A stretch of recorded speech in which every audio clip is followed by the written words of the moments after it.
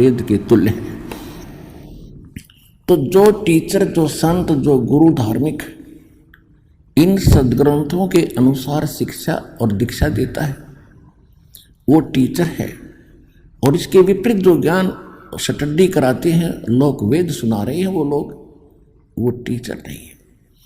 तो आप विद्यार्थी हैं और इस विद्या काल के अंदर आप यदि डीजे पर नाचोगे, गुटी सूटी ला कर बकवाद गढ़ोगे, या आप इस माया के जोड़न में ही दिन रात लगे रहोगे, तो आप अच्छे विद्यार्थी नहीं हो। आप जी ने यहां पर विद्यार्थी की तरह रहना पड़ेगा। जैसे विद्यार्थी स्कूल में जाता है, उसको जहां भी बैठने का स्थान मिल जाता है, चाहे वो किसी भी उच्च अधिकारी या सेठ का बच्चा हो, वह अपने भाई बहनों के साथ बिल्कुल एक आम भगत, आम स्टूडेंट की तरह ही रहता है। इसी प्रकार आप जी ने अपना भाव जब आप सत्संग में आते हो एक बालक जैसा बनाना होगा। चाहे आप कितने उच्च अधिकारी हैं, चाहे कितने आप धनी हैं या निर्धन कितने ही हैं, आप जी यहाँ आते हो तो अपने उस सब अहम को भूल जाना, क्योंकि आप एक भक्त हो। और भक्त में जो लक्षण होने चाहिए वो हमारे शास्त्र के, हमारे आश्रम के नियमों के अनुसार ही चलना चाहिए। तो विद्यार्थी अच्छा है, वो भक्त है। जैसे परमात्मा कहते संत मिलन को चालियो, तज माया अभिमान, जो जो कदम आगे रखे ओ हे यज्ञ समान। हमारे को अध्यात्म मार्ग में उभारने के लिए, हमारे को धनी बनाने के लिए, अच्छा विद्यार्थी बनाने के लिए परमात्मा किस किस प्रकार के उदाहरण हमारे को दे रहे हैं कि जिसमें आप सत्संग की तरफ चलो, संत की तरफ चलो, उसमें आपको ना अपने पद का गर्व हो, ना अपने धन का हो, ना जाति का हो। आप ऐसे आए जैसे एक भयंकर रोग पीड़ित व्यक्ति जिस समय वो हॉस्पिटल की तरफ चलता है और वहाँ के लोकल डॉक्टर उसको जवाब दे देते हैं कि आपकी बीमारी हमारे समझ से बाहर है, आप पीजीआई के अंदर या एमएस के अंदर चेक कराइए। तो चाहे वो कितना बड़ा अधिकारी है, चाहे कितनी बड़ी उसकी पोस्ट है, कितना उसका धन है, उस समय उसको अपनी औकात का पता होता है कि अब तेरे साथ क्या बन सकता है। फिर वो हॉस्पिटल की तरफ जाता है तो उसको पता होता है कि अब तू शायद कुछ दिनों का ही मेहमान है। उस समय उसके पास, चाहे वो कितना अच्छा बड़ा अधिकारी हो, कितना ही पद प्राप्त हो, वो पद और अपना धनाढ्य नहीं देखता, अपना जीवन देखता है। जहाँ भी डॉक्टर कहते हैं वहीं बैठ जाता है, कपड़े उतारो जी, तुरंत उतार देता है, यहाँ लेट जाओ जी, लेट जाता है, जाओ ये चेक करा के उठा कर पर्ची चल पड़ता है। तो इसी प्रकार आप जी जब यहाँ आते हो, आप एक भयंकर रोग से ग्रस्त हैं। वो रोग कौन सा है? जन्म और मरण का। जन्म और मृत्यु का जो दीर्घ रोग है, ये आप सभी प्राणियों को लगा हुआ है। और वो एकमात्र एमएस हॉस्पिटल इस विश्व के अंदर सतलोक आश्रम बरवाला, जिला हिसार, हरियाणा के अंदर है। और यहाँ वो रोग आपका कट सकता है। तो आप उस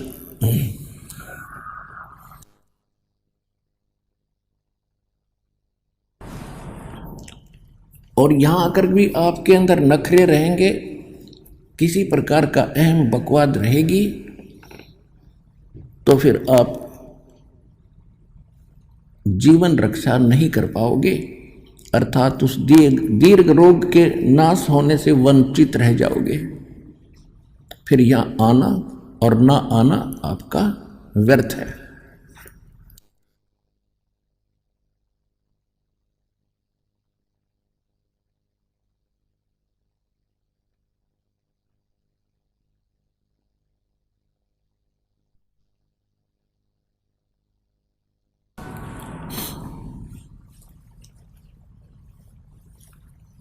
तो परमात्मा कहते संत मिलन को चालियो भाई तजमाया अभिमान, जो जो कदम आगे रखे है ओहे यज्ञ समान। ओहे। तो इस भाव से, अधीन भाव से विनम्र होकर के एक दास बन के देखो, परमात्मा ने स्वयं अपने आप को कबीर दास कहा। क्यों कहा? वो तो साहब थे, हमारे लिए कहा कि आप जी ने यहाँ किसी भी प्रकार का अहम नहीं करना, अहम करोगे तो मुझे पसंद नहीं। जब हमारे परमपिता परमात्मा किस प्रकार रहे, एक धारणक रूप में, जुल्हाए रूप में, एक शूद्रों की कॉलोनी में, निर्धनों की कॉलोनी में। उसका कारण क्या है कि निर्धन और जो शूद्र कहलाते हैं उनमें एक विशेषता होती है, आधीनी होती है, क्योंकि वो हर तरह से किसी ना किसी वस्तु के भूखे रहते हैं और जहाँ आवश्यकता पूरी नहीं होती वहाँ अधीन होना एक स्वाभाविक गुण बढ़ जाता है।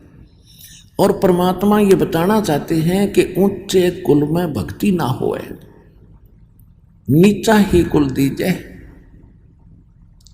और तपिया ने तो जब तप की ना वो लोटिया नाल पतीजे।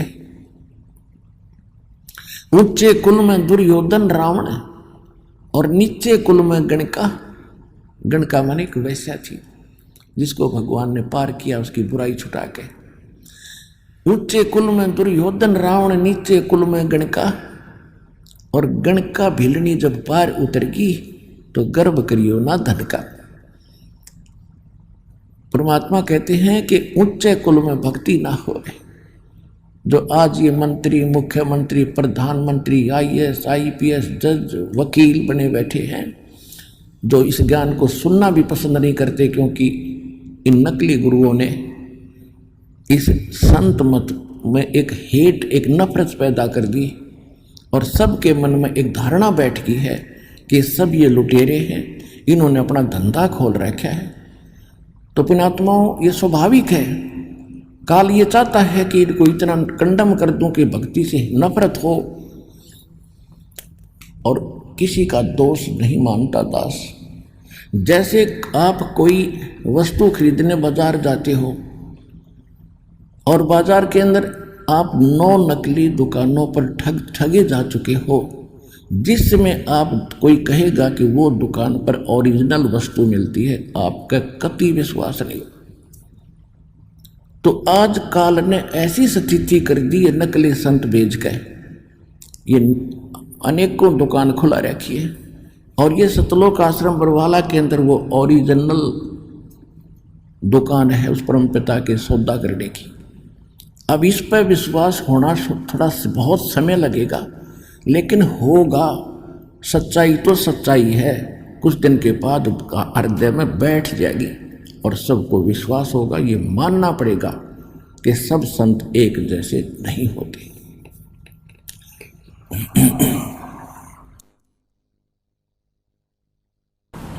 तो आज इनको आप जिक्र करके देखो, क्यों समय पर रोटी मिल रही है, अच्छी कार कोठी है, जी हजूर करने वाले हजारों नौकर खड़े रहते, इनको क्या जरूरत है भगवान की, खुद खुदा बन गए। सत्संग में आने से जीव को अपनी औकात का पता चलता है कि मैं कौन हूं। और पुण्यात्माओं, जैसे एक प्रधानमंत्री और वो मृत्यु सैया पर अपना टाइम पास कर रहा है, भुगत रहा है किसी भी देश या राष्ट्र का, और पहले वो प्रधानमंत्री था, आज क्या है और आगे क्या होगा। कहते हैं संसा शोक सराय में ये सूतक दिन राती, और जीवित जग में जूते पड़े फिर जम तोड़े छाती। यही बिरान माटी हो लेगी इनकी और आगे यम के दूत इनकी दे ही तोड़ेंगे। वो ज्ञान इनको है नहीं, क्योंकि हम जैसे दास तो एक बहुत छोटा सा कर्मचारी, एक जूनियर इंजीनियर था और धार्मिकता भी थी, लेकिन फिर भी अहंकार अहम खूब हो गया था उस छोटी सी पोस्ट का। और जब कभी चर्चा चलती थी भगवान की, क्योंकि हम भी खिचड़ी ज्ञान से रंगे हुए थे, यही मन में आता था कि इसने देखा देखी जाएगी। जब दास को ज्ञान हुआ तो अपने उच्च अधिकारियों को, एसडीओ को, एक्सइन को, अपने साथी जूनियर इंजीनियर्स को या नीचे के जो सबॉर्डिनेट्स थे उनसे कहने लगा कि राम बचो भगवान बचो। तो उनका एक ही जवाब होता था, किसने देखा है, फिर देखी जाएगी। अपने आत्माओं हम सब यहीं फंस गए। अब किसने देखा देखी जाएगी, यह लेकर डूब रही हमारे को। जिन्होंने देखा उन्होंने बताया, आंखों देखा बताया।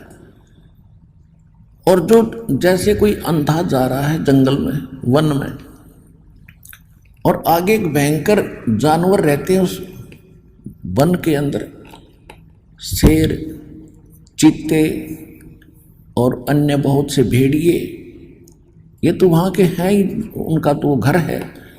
और उस अंधे को कोई आंखों वाला ये कहता, सूरदास आप गलत रास्ते जा रहे हो, इधर मत जाओ, आगे बड़ा भयंकर बियाबान है और भयंकर जानवर तुझे मार डालेंगे, खा जाएंगे, तेरा बुरा हाल हो जाएगा। और वो अंधा यूं कहे कि किसने देखा देखी जाएगी। अंधे तुझे दिखता नहीं, आंखों वाले की तुम मानता नहीं, तो जाकर देख ले, फिर क्या होगा, वही होगा जो वो बता रहा है। तो ये जितने संत महापुरुष दास, जिनके नाम, शुभ नाम बार बार आपको याद दिलाता है, उन्होंने भगवान को देखा और हमें बताया। आदरणीय धर्मदास साहिब जी, आदरणीय मुल्कदास साहिब जी, आदरणीय नानक साहिब जी, आदरणीय दादू साहिब जी, आदरणीय गरीबदास साहिब जी, गांव छुरानी, जिला झज्जर, हरियाणा वाले, आदरणीय घीसा दास साहिब जी, आदरणीय स्वामी रामानंद जी महाराज, इन महापुरुषों ने भगवान को देखा। और वो स्थान देखा जहाँ जीव की दुर्गति होती है, जहाँ उल्टे लटकाए जाते हैं, नरक के अंदर बड़े बड़े बड़े बड़े कुंड भरे हैं, जिनको इन हाहाकार मची है। उन्होंने आकर बताया है। गरीबदास जी कहते, तुमने उस दरगाह का मैल नहीं देखा और धर्मराज के तिल तिल का लेखा। गरीबदास जी कहते, हम देखा सो साच है और सकल प्रपंच, हम जो देख कर आए हमने आकर तुम्हें बताया ये सत्य है। और जो बकवास कर रहे हैं कि धरती पर स्वर्ग है, धरती पर नरक है, यहीं दुख है, यहीं सुख है, ये सब बकवाद है, ये प्रपंच है। तो ऐसे ही जैसे किसी को आप कहोगे अच्छा समय पर टोक मिल रहा है, अच्छी नौकरी है, बिजनेस है, तो उसका एक ही जवाब होगा, फिर देखेंगे या फिर देखी जाएगी। अब फिर क्या देखेगा, जब गधा पढ़ने के बाद फिर तो कुम्हार देखेगा। आपने तो अब देखना समय रहते, छोड़ बुराई कर भक्ति और सुधर लग भगवान के मार्ग पे। फिर क्या देखा, जब गधा बन जाएगा। ये परमात्मा ने बताया, परमात्मा जिन्होंने देखा उन महापुरुषों ने बताया कि फिर पीछे तू पशुआ की जय गद्धा बैल बनाई, ये 56 भोग कहाँ मन भोरे, कहीं कुरडे चरने जाई। सुखदेव ने 84 भुगती बना पजावे खरवो, और तेरी क्या बुनियाद प्राणी तो पंडा पंथ पकड़वो। मर्द गर्द में मिल गए वो रावण से रणधीर, कंस के सी चाणोर से वो हरना कुश बलबीर। तेरी क्या बुनियाद है तू जीव जन्म धर लेत, गरीबदास हरि नाम बिना तेरा खाली रह जा खेत। ये उन महापुरुषों ने बताया जिन्होंने भगवान को देखा कि मृत्यु के उपरांत तू गधा बनेगा और आहार भी कहीं और करके आओगा जंगल में। टूटी कमर पजावे चढ़े तेरा कागा मांस गिलाई, फिर पीछे तू पशुआ की जय कुरड़ी चरने जाई, और टूटी कमर पजावे चढ़े तेरा कागा मांस गिलाई। पुण्यात्माओं, आज मनुष्य जीवन में क्योंकि विद्यार्थी को माता पिता सभी सुविधाएं देते हैं, स्वयं रूखी सूखी रोटी खाते हैं, उसको अच्छा घी और सब कुछ व्यवस्था करके देते हैं, और कार्य से फ्री कर देते हैं कि बेटी बेटा बेटी तुम पढ़ो, शिक्षा ग्रहण करो। तो उस समय उन बच्चों को कोई कहे कि तुम्हें आगे दुख होगा, एक तो जवानी और दूसरे फिर खूब सुख सारा सुविधा प्राप्त, तो उनके उस समय कम समझ में आवे है। और जब वो समय वक्त निकल जाता हाथ में, जब उनको कस्सी हाथ में सिर पर टोकरी, तब समझ में आवे कहे नाश मंत्र नाश कर लिया अपने जीवन का, उसमें पढ़ लेता, थोड़ा सा कष्ट उस समय उठा लेता तो सदा सुखी रहता। तो इसी प्रकार जब हम संसार छोड़कर जाए, अब हम मनुष्य जीवन में हैं, तो हमारे यहाँ जल्दी सी गले उतरती नहीं कि हम कुत्ते और गधे बन जाएंगे। जब हम मरेंगे तो फिर और क्या बनोगे? अंडरस्टूड है, कुछ भी बन सकते हैं। और जिन्होंने देखा, भगवान ने बताया, कबीर हरि के नाम बिना ये राजा रसब हो, मट्टी लदे कुम्हार के वही घास नाली नीरे कोई। कबीर हरि के नाम बिना ये नार कूटिया हो, गली गली भौंकत फिरे फिर टोक न डाले कोई। बीबी पड़दे रहे थी वो डोडी लगे थी बार, एक अब गात उगाड़े फिरती हैं वो बनकुतिया बाजार। वो पर्दे की सुंदरी सुनो संदेशा मोरे, गात उगाड़े फिरती हैं वो करें सरायों शोर। नक बेसर नक पे बनी वो पैर थी हार हमेले, सुंदरी से कुतिया बनी देख साहेब के खेले।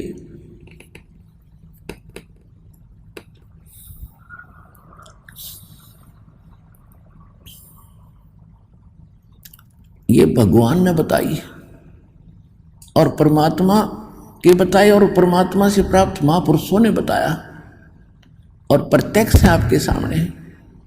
क्या बताते हैं कि जो बड़े बड़े सेठ साहूकारों की औरतें, नवाबों की परिवार, राजाओं के परिवार पर्दों में रहा करते थे। बीबी पर्दे रहे थी और डोडी लगे थी बाहर, कई कई चौकी लगती थी, कोई गैर पुरुष अंदर प्रवेश ना कर जा। और काजू किशमिश के हलवे और खीर बना के खाया करती थी, क्योंकि वो पिछले जन्म की पुण्यकर्मी प्राणी थी। राजा के घर जन्म हुआ, अच्छे घर में जन्म हुआ, अच्छे वर से ब्याही गई, और पिछली बैटरी चार्ज थी, आगे चार्जर था नहीं। जब तक इन्वर्टर की बैटरी पीछे से चार्ज है, आगे चार्जर बेशक ना लाओ, वो पूरा काम कर रही होती है जब तक उसकी अक्षमता चल है। और जिस समय उसकी अक्षमता समाप्त होगी, एकदम सब ही सुविधाएं जो उसे प्राप्त थी बंद हो जाएंगे। ना पंखा चलेगा, ना बल्ब जगेगा, ना कोई कूलर चलेगा, यानी परेशानी का सामना करना पड़ेगा। इसी प्रकार जो पिछले जन्म के पुण्यकर्मी प्राणी हैं, आज उच्च पद प्राप्त हैं और अच्छे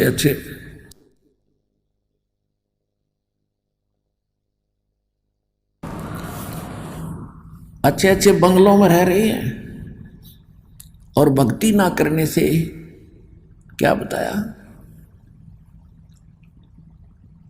कि वो बीबी यानी राजाओं की रानियां, नवाबों की रानियां काजू किशमिश के हलवे खाया करती, जूठे छोड़ा करती, उनकी नौकरानियां उनके बच्चे खाया करते थे। ठीक है, जब तक आपकी जेब में पैसा है और आगे मजदूरी या कोई धंधा आपका है नहीं, तो उसने खो खराब करो, खर्चों ते फेंको, मौज आपकी। जब वह जेब खाली हो जाएगी, बैंक बैलेंस नल हो जाएगा, फिर पता चलेगा आपको उस पैसे की कीमत का। और आगे ना किया, बैंक बैलेंस खत्म हुआ। इसी प्रकार परमात्मा कहते हैं वो बीबी पर्दा रही थी, एडी से लेकर चोटी तक पर्दों में रहा करती, कोई उनका अंग ना देख ले, इज्जत का नाश हो जाए। और भक्ति करी नहीं, संत के निकट गए नहीं, सत्संग सुना नहीं, ओए होए।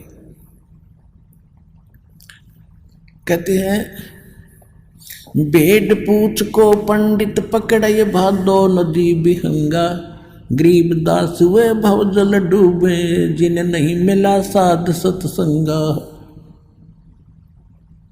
जो साधना कर रहे हैं और नकली कर रहे हैं, डुप्लीकेट कर रहे हैं, मनमाना आचरण कर रहे हैं, तो वो भी व्यर्थ है। वो तो ऐसा कर रहे हैं जैसे दरिया से पार होने के लिए भादों के अंदर बहुत वर्षा होती है और सभी दरियाएं अपनी चरम सीमा पर बह रही होती हैं, ऊपर किनारों को छूती हुई चल रही होती, इतना भयंकर जल चलता है। और उस समय कोई किसी से पूछे कि मैंने दरिया से पार जाना है, कैसे जाऊं, और उसको कोई मूर्ख ये कहे ये भेड़ खड़ी है, इसका पूंछ पकड़ ले, दरिया में बढ़ जाओ दोनों और ये पार कर देगी, तो कहते नहीं।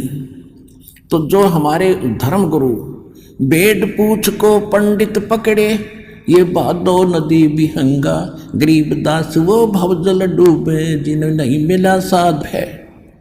जो परमात्मा की सत भक्ति का पूर्ण मार्ग है, साधन है, वो इस विश्व में किसी के पास नहीं है।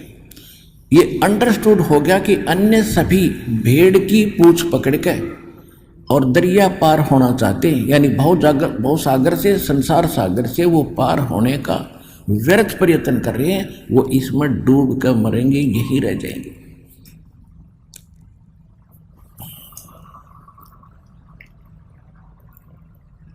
जिनको नहीं मिला साध सत्संगा, यानी संत का जिसको सत्संग नहीं मिला तो वो यहीं रह जाएगी। तो क्या बता रहे हैं कि अब वो पर्दे के अंदर बंद सारी सुविधाएं, क्योंकि उसके भाग्य में सब कुछ भगवान देगा ही देगा जो उसके प्रारब्ध में लिखा है। और संत की छींट लगी नहीं, सत्संग सुन पाई नहीं, क्योंकि इज्जत वाली वो बेटी थी वह।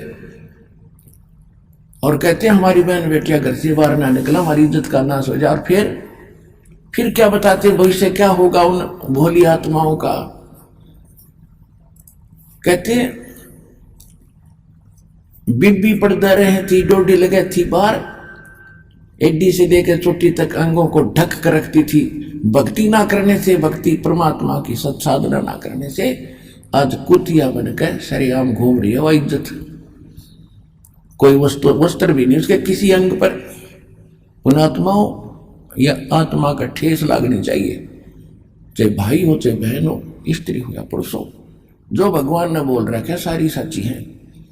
हमारे इस काल के भांग का नशा घना हो गया, क्योंकि समय पर टोक मिल रही है, जब चाहो खाना खा लें, जब चाहो बकवाद घड़ लें, डांस देख लें, फिल्म देख लें। ये अनमोल समय न्यो बर्बाद करने का था, हमें पता नहीं था। अरे पता लग गया।